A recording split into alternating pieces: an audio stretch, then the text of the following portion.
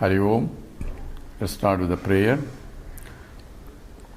Om Sahana Bhavatu Sahanau Bhunaktu Saha Viryam Karavavahai Tejasvinavadhitamastu Mavit Vishavahai.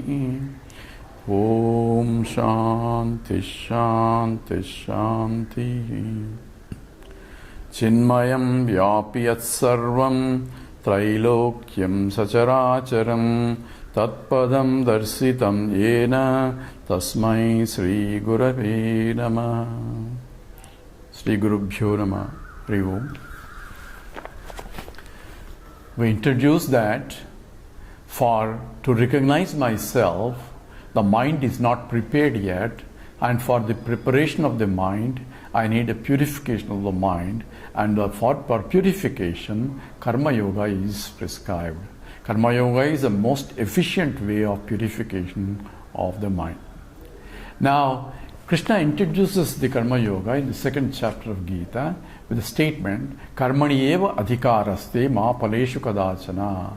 So it says, Karmani eva adhikaraste. We mentioned adhikara here means you have choice in action. And that's a part of the karma. In any karma, there is a choice of action. In the jnana, there is no choice in action. Why? Because karma has to have, I can choose either to do or not to do other way. Kartum sekyum, akartum sekyum, anyatha kartum sekyum. For a human being who is endowed with an intellect, he has to choose because he is always at a crossroads.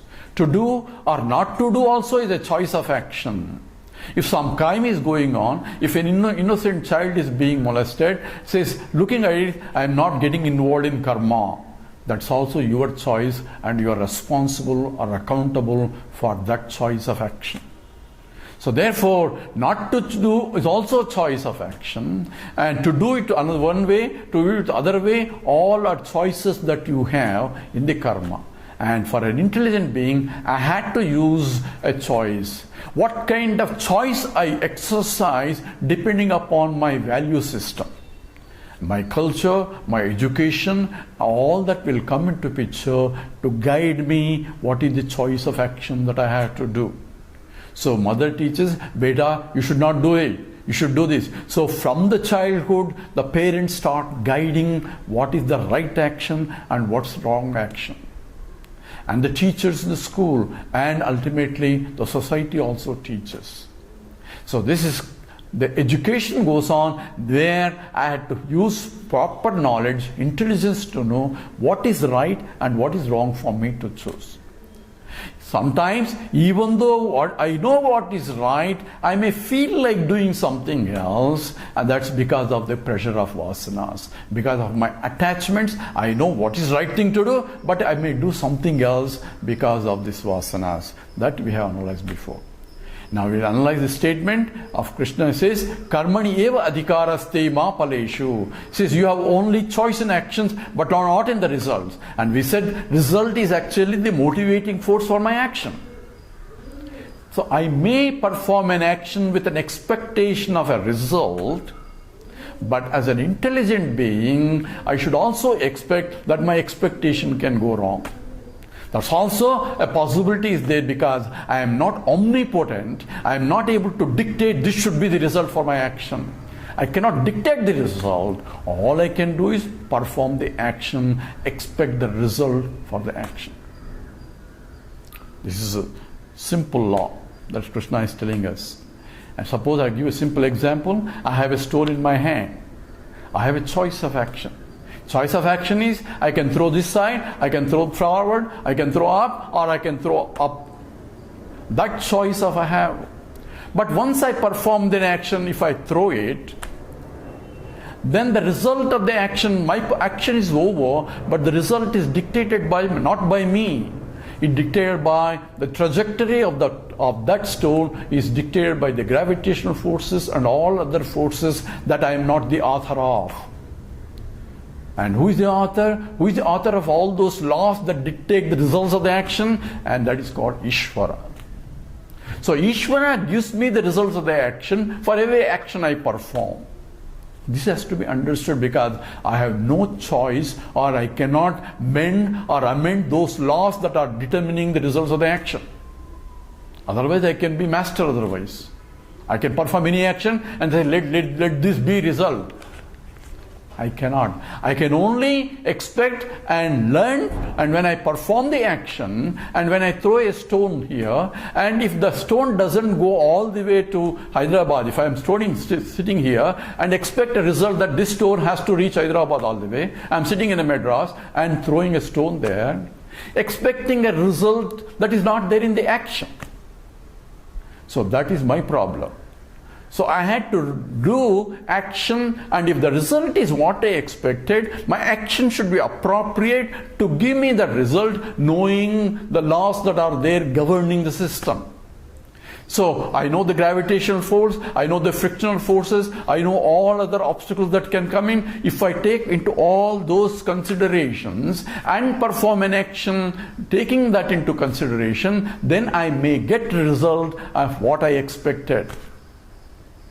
Therefore, karmani eva adhikaraste. I have only choice in the action. Results are not dictated by you. It's dictated by the Lord, who is the controller, who is the author of all these laws that are governing the results of the action. This is the law that is between the action and the results that we have to understand. So every action I may be appointed or disappointed, and the disappointments come only because my expectations I am not getting, or I am not receiving my expectations. All our problems are because of that. If everybody is competing for a position and I don't get it and somebody gets it, because I work for it, but the result is not there, because the result is dictated by so many other factors that are beyond my control, and therefore it's called Daivam, because he is the one who is giving the results of the action. Oh, I have done my part, my best. Yes. Now you know what are the results, what are the rules that are there. Now next time you again perform an action and see if you can get the result again. All I have choice all the time is performing an action only and expect a result. I may be disappointed, or I am happy with the results, depending upon my expectation. There are two people joined together, started a company. Both put 50% into the investment. And one person expected he will get a profit of 20 or 75% of profit he will get. And the other fellow, he has low expectation. Oh Lord, I'll be very happy if you give me just 10%, because all other things, investments are only giving 5%, 6% investment, and if I get 10%, I'm very happy. The other fellow says, I want 70% of profit. Both are working together. Result is almost like 50%. Now this fellow is so happy. I expected only 10%. Oh Lord, you are so kind, so gracious. You gave me 50%. And he prostrated to the Lord with all his love. The other man started cursing the Lord. Oh Lord, I broke so many coconuts for you. Nothing is happening. I'm only getting this meager 50%. I expecting 70%. Same result, different attitudes depending upon my expectations also. So expectation has to be appropriate to give the results of the action, that is embedded in the action to some extent, besides other factors beyond your control that also come into picture, and they form the results of the action. So what is my choice now? My choice in the action, if I want to perform my best, is put forth the maximum effort that is required in performing the action. So what are the equipments I have? I have the intellect, I have the mind, I have the body. So I have to put all three to the best of my capacity to perform the action. To the degree that I can, then only I perform my best. Yes, I have done my part, my best. Result is up to him. Because result is up to him only. So I should have understanding that. So when I perform that, if the result is not there, it says my action is not sufficient enough to get the result. Now I know how to do even better, because now I have educated by this process. Next time I do again. So every time I have only choice of actions, and the results will be coming. That is the one aspect of this karmani eva adhikarasti. Now let's go into a little bit deeper now. Action can only be done in the present. I cannot act in the past. Past is gone. I cannot act in the future. Future is not there. Hasn't come yet. Action can only be done in the present. Results always follow the action. So the results always later to the action. Therefore, they are always future to the action. Therefore, I have only choice in performing the action in the present only. I cannot act in the future. So, karmani eva adhikarasti, because I can only perform in the present all the time. Lord is providing this present. I can only act. And the results always is only future to the action, and I have no control on the future. Therefore, karmani eva adhikarasti, that is only choice to perform an action. You can only perform in the present, not in the future. A second future is not there yet for you. In the present, you are riding in the wave of the present. And action can only be done in the present. In fact, if you want to know, even the results also in the present only, when you enjoy the results. When the results come, at that time it is a present. So present alone is there. Remember, we introduced the time concept. Time concept is sequence of two experiences. Now, what is the present? Let's look at it a little bit carefully. Present is where past is meeting the future. That's the present. Now, how big is the present? So it is 1 hour, this is present day. Or it can be 1 hour. It can be 1 minute. We can keep dividing, because 60 minutes is 1 hour. This minute is the present. And you can divide that minute into 60 seconds. This second is the present, because the past second is gone, future second has come. And you can keep dividing into microseconds and picoseconds and so on, until the present itself disappears. You cannot say, because it's still a gap, it is still a meeting place, it is a thin line. Line is thinner, until it disappears itself, where past is meeting the future only. Present itself is gone. Past is gone. Past, nothing I can do about it. I can broom about, I can think of, I should have done, or could have done, or would have done, all those would have, could have, should have. I can sit down and brood about my past, but that brooding is also in the present only. I can project my future. I want to become like this, I want to become like all planning and everything I can do, but that also is in the present only. I can live only in the present. Past is gone and the future doesn't come. And if you analyze deeply, even present is not there. Then what is there? That's why the whole time concept itself is a mind, imagination of the mind. And the present itself, what is there, is only the one who is dividing. He is present all the time. And that is my presence, that is the consciousness that is dividing.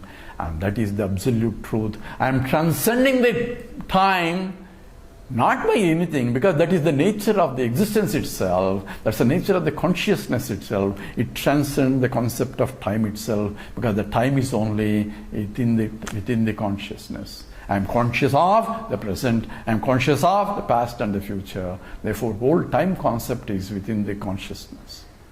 This is also we have to understand as a part of this. So we have analyzed karmani eva adhikarasti ma paleshu kadachana. And now in the third chapter of Krishna, in the same sloka, also Krishna says that does not mean that you should stop acting. So you have to act, because there is no choice. And Krishna says that in the third chapter, Nahikaschit chanamapi jato tushtasya karma kradu.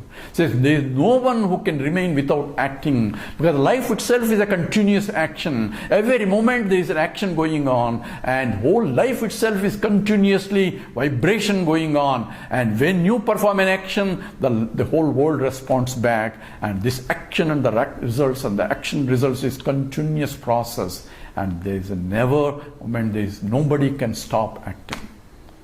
I had to eat, I had to breathe, I had to do all that even to keep my body going.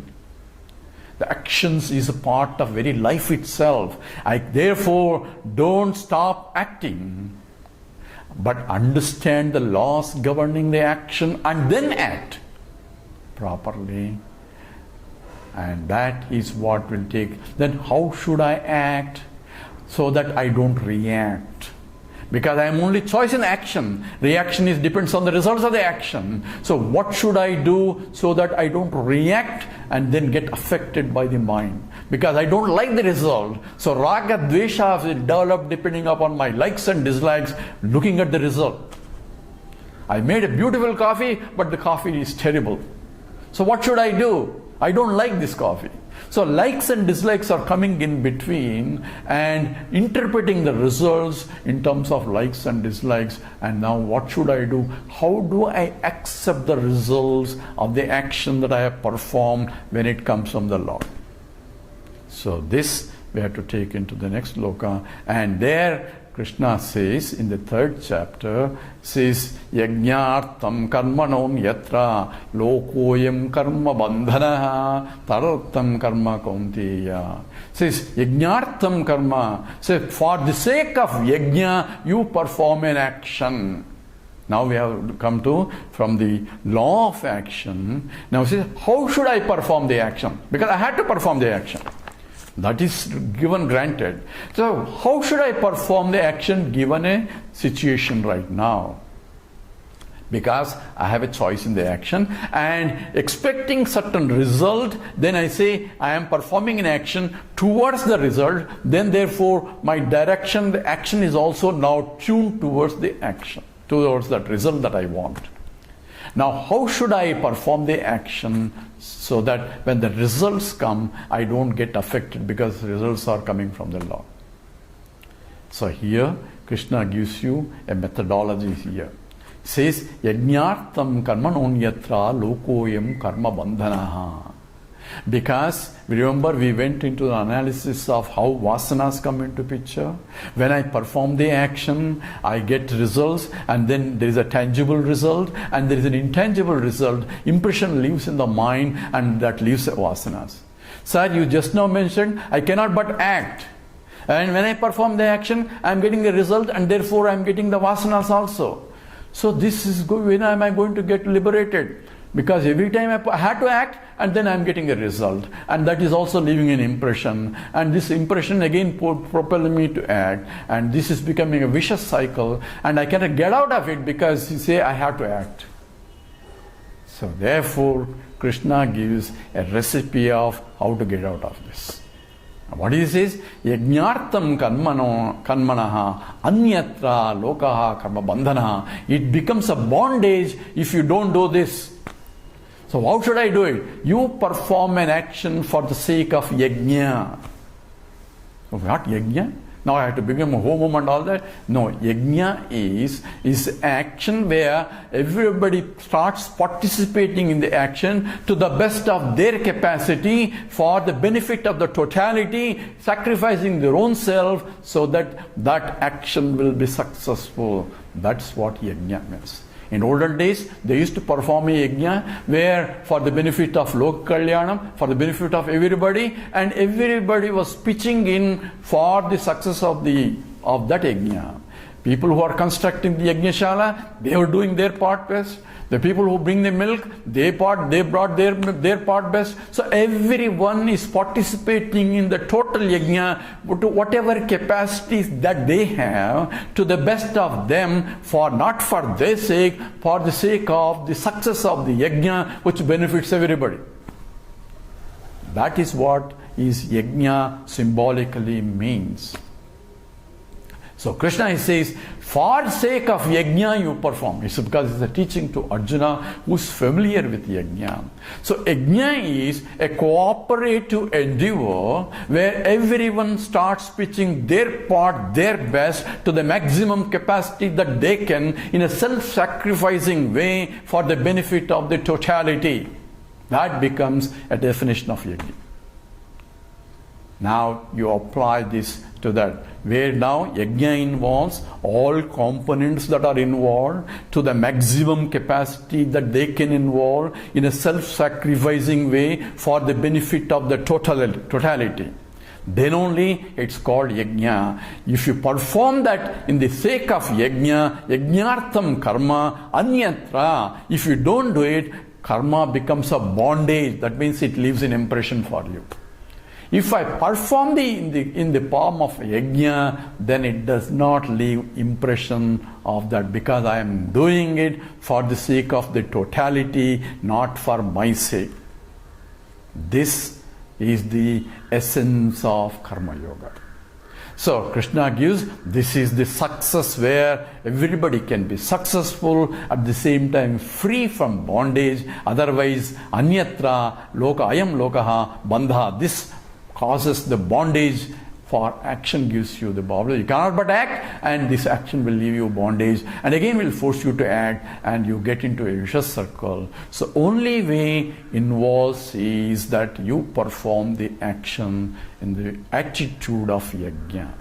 This we will analyze more deeply in terms of we have to understand what is implication of this in the karma yoga. Then our results, our actions in every field of action becomes successful, because this is the recipe is given by the Vedanta or given by Lord himself in the Bhagavad Gita. So we'll stop here. Om Purnamada Purnamidam Purnat Purnamudachyate Purnasya Purnamadaya Purnameva Vasishyate. Om Shanti Shanti Shanti. Harihi Om. Sri Gurubhyo Namaha. Harihi Om.